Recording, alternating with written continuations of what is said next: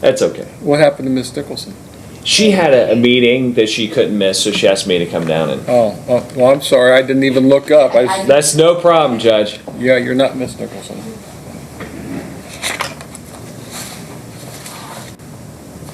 Yeah.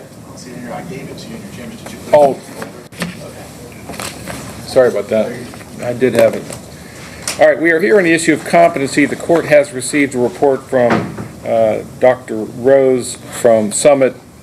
Has everyone had an opportunity to review that report? Yes, Your Honor. Yes, Your Honor. Do we have a stipulation to the report? Yes, Your Honor. All right, Yes, at Your this Honor. time, then the court's going to find that the defendant is competent to stand trial, and that will be, report will be admitted as the court's exhibit.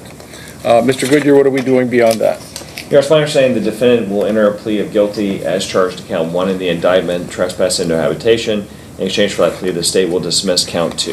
Ms. Kirby, is that accurate? That's my understanding, Your Honor. Ms. Fields has reviewed the plea form, and I believe she understands what she is pleading guilty to. Okay, Ms. Fields, you're telling me you're going to change your plea to count 1 of the indictment. Before we get to change your plea, I am required to go over some things with you, okay? Okay, How old are you? 35. How far did you go in school? I dropped out in 12th grade. Are you able to read and write? Yes. Are you a citizen of the United States? Yes, sir. Has anyone promised you how the court would sentence you in this case? Has anyone threatened you in any way to get you to plead guilty against your will? No, sir. Are you satisfied with the representation you've received from Ms. Kirby? Yes, ma'am. Sir. Are you currently under the influence of any drugs or alcohol? No, sir. Do you take medication that interferes with your ability to understand what's going on today? No, sir. I have in front of me a document. This document is called a change of plea. On the second page, on the line marked defendant, there appears a signature. Did you sign this? Yes, sir. Did you read this and go over it with Ms. Kirby? Yes, sir. Do you feel comfortable that you understand what it says? Yes, sir. This document says you're entering a plea of guilty to 1 count of trespass in a habitation. As a felony of the 4th degree, that carries a maximum penalty of 18 months in prison and a maximum fine of $2,500. The prison term is not mandatory. Do you understand the maximum penalty? Yes, sir. Now, you're also subject to a discretionary period of post-release control, which means that if you are sent to prison when you are released, the Adult Parole Authority may supervise you for up to 2 years.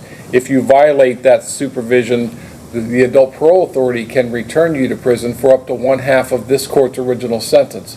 If your violation is that you commit another felony, you can be returned to prison for 1 year, or the period that you have left on PRC, whichever is longer. That time would run consecutive to any additional prison time you get sentenced to. Do you understand that? Yes, sir.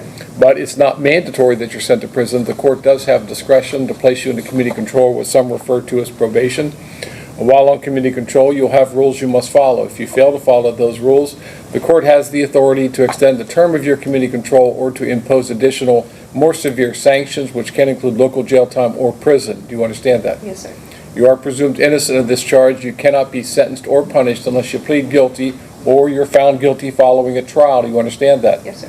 You have the right to trial by jury if you want. We will impanel a jury of 12 people and require the prosecutor to present sufficient evidence to convince each of the jurors of your guilt beyond a reasonable doubt, or the jury is required to find you not guilty. Their verdict must be unanimous. Do you understand that? Yes, sir.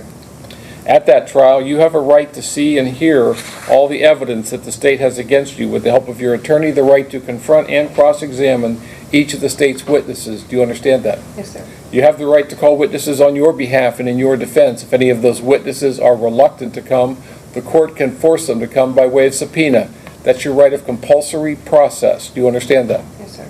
You have the right to remain silent.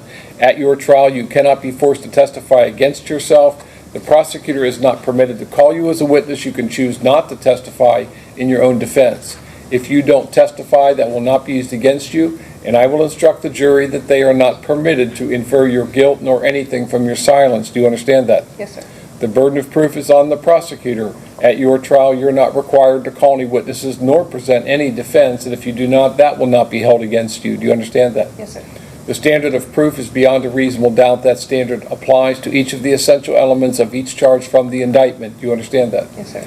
You could also waive your right to a jury trial, but maintain all the other rights we've discussed. You could try your case to the court.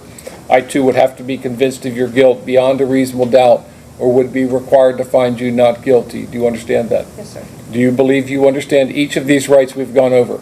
Yes. Do you understand that when you enter a plea of guilty, you'll be waiving all these rights? We will not have a trial. Yes, sir. This is how you want to proceed. Yes, sir. Mr. Goodyear, could you read a statement of facts? Yes, Your Honor. Your Honor, by the 6th day of December 2025, Warren County, State of Ohio, the defendant Ashley Fields did by force, stealth, or deception trespass in a permanent or temporary habitation of any person when any person other than an accomplice of the offender was present or likely to be present, excuse me, in violation of section 291112B of Ohio Revised Code. Ms. Kirby, anything on those facts? Nothing on the facts, Your Honor. Ms. Fields, did you hear the statement that was read? Yes, sir. Do you admit and acknowledge that what he said is true? Yes, sir. And again, you understand all the rights you're giving up entering a plea of guilty, the rights we discussed? Yes, sir. What is your plea? Guilty. The court will make a finding that you've made a knowing, intelligent, and voluntary waiver of your constitutional rights that we've discussed. The court will accept your plea of guilty, and based upon the statement of facts in your plea, the court will make a finding of guilty. I am going to order a pre-sentence investigation, Ms. Fields. Quite frankly, I don't know enough about you or your history to sentence you today. So I'm going to order that, and we'll come back in a few weeks and do sentencing at that time. Mr. Goodyear, is there anything else? Judge, nothing else other than we'd ask that she be held in the meantime. Ms. Kirby, you wish to be heard? Yes, Your Honor, thank you. Ms. Fields has been doing some research and has been talking to some people at Summit about some potential mental health facilities that she could be transferred to or engaged in the meantime. One of which is Nova Behavioral Health, and I believe that they have an inpatient component to their facility. We would just ask that Ms. Fields be able to participate in any assessments and see if there is a bed available that she would be able to be transferred to at Nova or any other facility. Ms. Fields is doing extremely well with her mental health, and I think that we can all see that from the last time that we were here in court. She does have an underlying substance abuse issue that she wishes to get professional treatment for. She tells me that she's never had the opportunity to get real inpatient treatment for substance abuse and mental health alike, and would like the opportunity to do that instead of sitting in the county jail. She understands that there would likely be an ankle monitor component to this and is willing to comply with any orders of the court.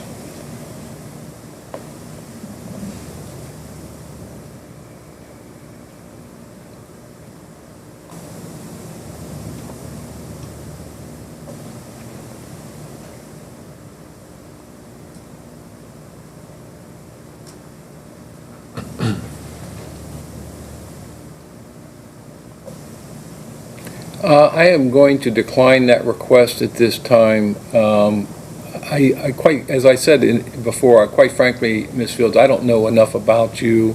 I'm just kind of reviewing your prior criminal history, which is significant for someone who presents the way that you do. So I'm going to deny that request. I'm going to hold you in the Warren County Jail pending sentencing. All right, that's all. Thank you, Your Honor.